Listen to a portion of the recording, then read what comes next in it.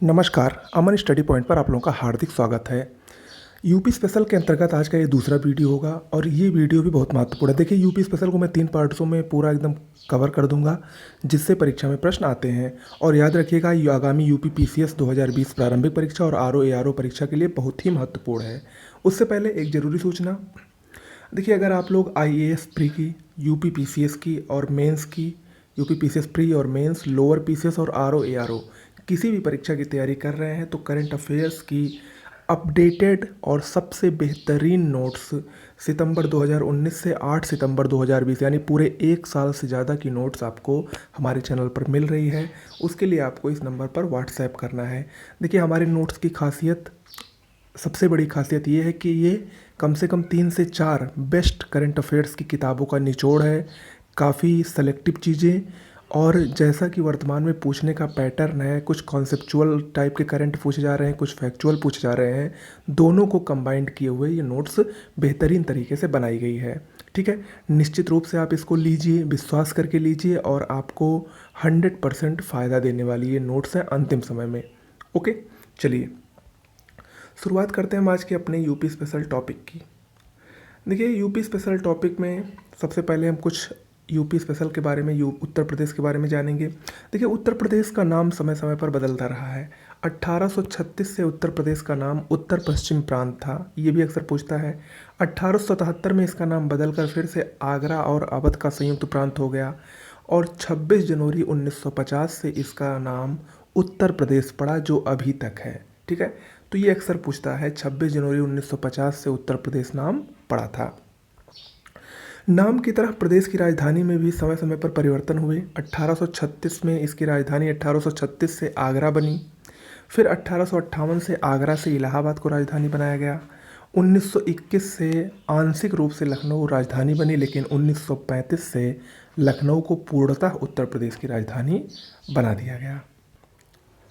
Okay, चलिए, उत्तर प्रदेश की न्यायिक राजधानी देखा जाए तो इलाहाबाद है, क्योंकि इलाहाबाद में ही उत्तर प्रदेश का हाई कोर्ट मौजूद है। उत्तर प्रदेश का राज्य दिवस 24 जनवरी को मनाया जाता है। उत्तर प्रदेश राज्य का पुनर्गठन 1 नवंबर 1956 को हुआ था। उत्तर प्रदेश राज्य का अंतिम पुनर्गठन 9 नवंबर 2000 को हुआ, जब 13 जिलों को, उत्तर प्रदेश के 13 जिलों को अलग करके एक नया राज्य बनाया गया, जिसका नाम उस समय उत्तरांचल था। बाद में इसको परिवर्तित करके उत्तराखंड रखा गया। ओके, चलिए आगे बढ़ते हैं। उत्तर प्रदेश के राज्य प्रतीकों को देख लेते हैं। उत्तर प्रदेश का राजकीय चिन्ह एक वृत्त में 2 मछली और 1 तीर धनुष, और सबसे महत्वपूर्ण बात यह है कि इसको 1938 में स्वीकृत किया गया था। उत्तर प्रदेश का राजकीय वृक्ष अशोक है। उत्तर प्रदेश का राजकीय पुष्प पलाश, या इसको टेसू के नाम से भी जाना जाता है।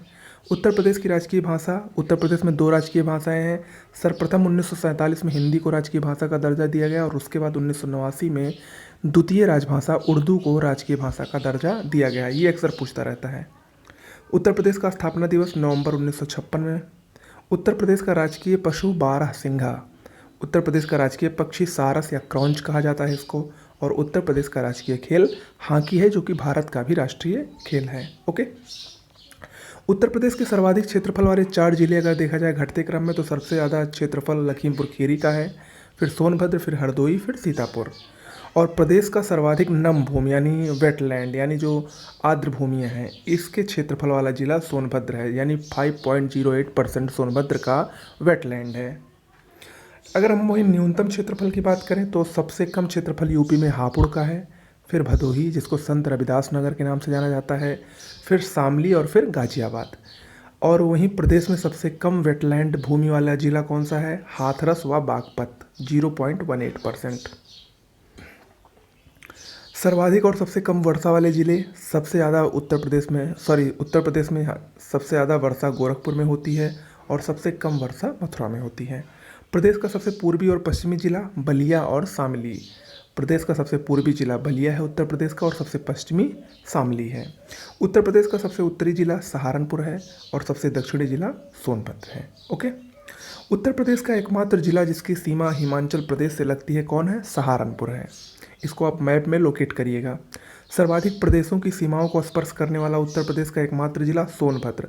सोनभद्र जिले की सीमा 4 राज्यों को स्पर्श करती है। 4 राज्य कौन कौन से हैं आप लोग हमको बताएंगे कमेंट बॉक्स में लिखकर। छत्तीसगढ़ से लगे उत्तर प्रदेश का सीमावर्ती जिला सोनभद्र है। देखिए, उत्तर प्रदेश से एक विदेशी राष्ट्र भी एक राष्ट्र एक विदेशी देश भी टच होता है जिसका नाम है नेपाल। और नेपाल से उत्तर प्रदेश के किस किस जिले की सीमा टच होती है ये अक्सर पूछता है और इसका क्रम पूछता है। देखिए, नेपाल से जो सीमा टच होती है उसमें पीलीभीत है, लखीमपुर खीरी है, बहराइच है, श्रावस्ती है, बलरामपुर है, सिद्धार्थनगर है और महाराजगंज है। ओके। उत्तर प्रदेश के सीमावर्ती प्रदेश यानी उत्तर प्रदेश से कितने प्रदेश सटे हैं? अगर हम केंद्र शासित प्रदेश और राज्य दोनों को मिलाकर देखें तो 9 है। ठीक है। और अगर सिर्फ राज्यों की बात करेगा तो 8 है, क्योंकि यहाँ पर देखिए जो दिल्ली लिखा है, दिल्ली केंद्र शासित प्रदेश है, ना कि राज्य है। ओके। कौन कौन से 9 प्रदेश उत्तर प्रदेश से सटे हैं? उत्तराखंड, हरियाणा, दिल्ली, राजस्थान, मध्य प्रदेश, छत्तीसगढ़, बिहार, झारखंड और हिमाचल प्रदेश। उत्तर प्रदेश की सीमा को स्पर्श करने वाला एकमात्र केंद्र शासित प्रदेश दिल्ली है। उत्तर प्रदेश का सीमावर्ती देश नेपाल है। देखिए, एनसीआर राष्ट्रीय राजधानी क्षेत्र या नेशनल कैपिटल रीजन में इस समय वर्तमान में उत्तर प्रदेश के 8 जिले शामिल हैं। पहले 7 थे लेकिन शामली नया जुड़ा है। कौन कौन से 8 जिले हैं ये भी मोस्ट इंपॉर्टेंट है। मेरठ, गाजियाबाद, गौतम बुद्ध नगर, बुलंदशहर, हापुड़, बागपत, मुजफ्फरनगर और शामली, ये 8 जिले एनसीआर के अंतर्गत उत्तर प्रदेश के आते हैं। उत्तर प्रदेश के वन और वन्य जीवों को देखते हैं। देखिए, जो नई वन स्थिति रिपोर्ट आई है 2019 ISFR यानी इंडिया स्टेट फॉरेस्ट रिपोर्ट 2019 के अनुसार उत्तर प्रदेश में कुल अभिलिखित वन 16,582 वर्ग किलोमीटर हैं। ISFR 2019 के अनुसार कुल अभिलिखित वन प्रतिशत उत्तर प्रदेश में 6.88% है। इम्पॉर्टेंट है ये। उत्तर प्रदेश में कुल वृक्षावरण और वनावरण मिलाकर अगर देखा जाए तो 9.19% है, जिसमें कुल वनावरण 14,805.65 वर्ग किलोमीटर यानी 6.15% है कुल वनावरण उत्तर प्रदेश में। अति सघन वन की बात करें तो 2,616.43 वर्ग किलोमीटर है। सामान्य सघन वन 4,080.04 वर्ग किलोमीटर हैं और खुले वन 8,109.18 वर्ग किलोमीटर उत्तर प्रदेश में पाए जाते हैं। किसके अनुसार? ISFR 2019 की लेटेस्ट रिपोर्ट के अनुसार। ISFR 2017 की तुलना में ISFR 2019 में वनावरण में अंतर कितना आया है? 126.65 वर्ग किलोमीटर की वृद्धि हुई है उत्तर प्रदेश में वनों में। ओके। सर्वाधिक वनावरण वाले शीर्ष जिले, सबसे ज़्यादा वनावरण कहाँ पर है? सोनभद्र में है, नंबर 1 पर है, नंबर 2 पर खीरी में है और नंबर 3 पर मिर्ज़ापुर में है।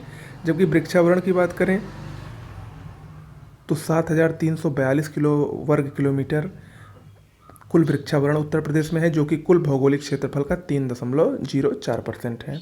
ओके। देखिए, अगर हम ISFR 2017 की तुलना में 2019 में वृक्षावरण में अंतर देखें तो 100 वर्ग किलोमीटर की कमी आई है। ठीक है, यानी वनावरण में कमी आई है और वृक्षावरण में वृद्धि हुई है। उत्तर प्रदेश में कुल वन्य जीव संरक्षण केंद्रों की संख्या 26 है। कुल वन्य जीव विहार 18 हैं। कुल पक्षी विहार उत्तर प्रदेश में 7 हैं। राष्ट्रीय उद्यान उत्तर प्रदेश में 1 है जो कि दुधवा नेशनल पार्क है। उत्तर प्रदेश में टाइगर रिजर्व 3 हैं, दुधवा, अमनगढ़ और पीलीभीत। और उत्तर प्रदेश में रामसर आर्द्र भूमियाँ 7 हैं। देखिए, पहले 1 थी, पहले वही ऊपरी गंगा नदी जो थी वही एक रामसर आर्द्र भूमि थी, लेकिन इस बार 6 और शामिल हुए हैं जिसको मैंने करंट अफेयर्स में करवाया है। आप लोग उसका भी नाम हमको बताएंगे कि वो 6 कौन कौन सी आर्द्र भूमियाँ उत्तर प्रदेश में इस बार शामिल हुई हैं। चलिए आगे बढ़ते हैं। दुधवा राष्ट्रीय उद्यान लखीमपुर और पीलीभीत जिले में है। इसे 1977 में स्थापित किया गया। दुधवा राष्ट्रीय उद्यान को प्रोजेक्ट टाइगर के अंतर्गत 1987 में लाया गया, यानी 1977 में दुधवा की स्थापना हुई और 1987 में इसको टाइगर रिजर्व का भी दर्जा दिया गया। बाद में किशनपुर और कतरनिया घाट वन्यजीव विहार को टाइगर रिजर्व के अंतर्गत लाया गया। बिजनौर के अमनगढ़ क्षेत्र को उत्तराखंड के कार्बेट टाइगर रिजर्व के बफर क्षेत्र के रूप में घोषित किया गया है। पीलीभीत, देखिए, शाहजहांपुर के वन क्षेत्र को मिलाकर पीलीभीत टाइगर रिजर्व के रूप में जून 2014 में घोषणा हुई। यह प्रदेश का दूसरा व देश का 45वां टाइगर रिजर्व है। ओके। उत्तर प्रदेश में वन्यजीव विहार, इससे देखिए अक्सर प्रश्न पूछा जाता है और ये बहुत ही इंपॉर्टेंट टॉपिक है। देखते हैं कौन कौन सा है। चंद्रप्रभा वन्यजीव विहार चंदौली में है और ये उत्तर प्रदेश का सबसे पुराना वन्यजीव विहार है। 1957 में इसकी स्थापना हुई थी। किशनपुर दुधवा राष्ट्रीय पार्क लखीमपुर खीरी में है। कतरनिया घाट ये बहराइच में है। रानीपुर वन्यजीव विहार चित्रकूट में है। राष्ट्रीय चंबल वन्यजीव विहार इटावा में है। कैमूर वन्यजीव विहार सोनभद्र में है, इंपॉर्टेंट है। महावीर स्वामी ये उत्तर प्रदेश का सबसे छोटा वन्यजीव विहार है, ललितपुर में है। सुहागी बरवा महाराजगंज में स्थित वन्यजीव विहार है ये। सुहेलवा वन्यजीव विहार श्रावस्ती में स्थित है और कछुआ वन्यजीव विहार वाराणसी में स्थित है। ठीक है, इससे अक्सर मिलान करने के लिए पूछता है, तो इसको आपको सबको याद करना पड़ेगा। आगे बढ़ते हैं। प्रदेश में सर्वाधिक क्षेत्रफल में विस्तृत हस्तिनापुर वन्यजीव विहार है, जो कि 2073 वर्ग किलोमीटर में विस्तृत है और इसका विस्तार कई जिलों में है, खासकर मेरठ, मुजफ्फरनगर और गाजियाबाद में इसका सर्वाधिक विस्तार है। बब्बर शेर सफारी पार्क कहाँ पर है? इटावा में है। देखिए, ये सब छोटी छोटी चीज़ें हैं लेकिन बहुत ही महत्वपूर्ण है, इससे परीक्षा में प्रश्न जरूर पूछे जाते हैं। उत्तर प्रदेश के पक्षी विहारों को देख लेते हैं। नवाबगंज पक्षी विहार ये उत्तर प्रदेश का सबसे पुराना पक्षी विहार है। 1984 में इसकी स्थापना हुई थी। कहाँ पर स्थित है? उन्नाव में स्थित है। बखीरा पक्षी विहार ये बस्ती और संत कबीर नगर दोनों में स्थित है। समान पक्षी विहार मैनपुरी में स्थित है। पार्वती अरंगा पक्षी विहार, इसको जयप्रकाश नागर पक्षी विहार के नाम से भी जाना जाता है, ये गोंडा में स्थित है।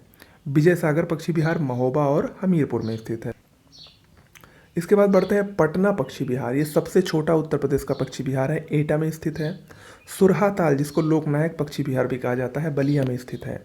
लाख बहोसी पक्षी विहार ये उत्तर प्रदेश का सबसे बड़ा पक्षी विहार है, कन्नौज में स्थित है। भीमराव अंबेडकर पक्षी विहार ये प्रतापगढ़ के कुंडा में स्थित है। सांडी पक्षी विहार इंपॉर्टेंट है, हरदोई में स्थित है। समसपुर पक्षी विहार रायबरेली में स्थित है और सूर सरोवर पक्षी विहार आगरा में स्थित है। ठीक है, इसके अलावा एक और है ओखला पक्षी विहार, ये गाजियाबाद और गौतम बुद्ध नगर दोनों जगह स्थित है। ओके, तो ये उत्तर प्रदेश के कुछ पक्षी विहार हुए। उत्तर प्रदेश की जलवायु को देख लेते हैं। उत्तर प्रदेश में 2 जलवायु प्रदेश हैं और उत्तर प्रदेश की जलवायु उष्णकटिबंधीय है।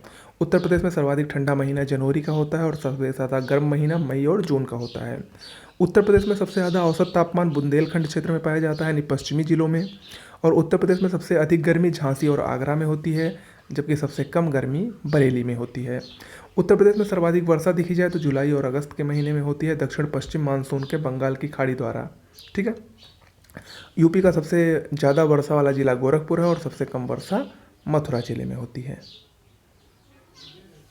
ठीक है, तो दोस्तों आज के लिए इतना ही। कैसा लगा वीडियो ज़रूर बताइएगा। इसके अलावा भी एक वीडियो यूपी स्पेशल का और आएगा, जिसमें मैं आपको उत्तर प्रदेश के जो प्रमुख उद्योग हैं उससे भी प्रश्न ज़रूर से ज़रूर पूछे जाते हैं। उद्योग के बारे में, कुछ शिक्षा के बारे में और कुछ खनिजों के बारे में, कुछ अन्य चीज़ें जो बची रह गई हैं, जनजातियों के बारे में, उन सबको हम अगले वीडियो में कवर कर लेंगे। इसके अलावा हिंदी की सीरीज चल ही रही है, उसको भी आप लोग ज़रूर देखिए। आज के लिए इतना ही, नमस्कार।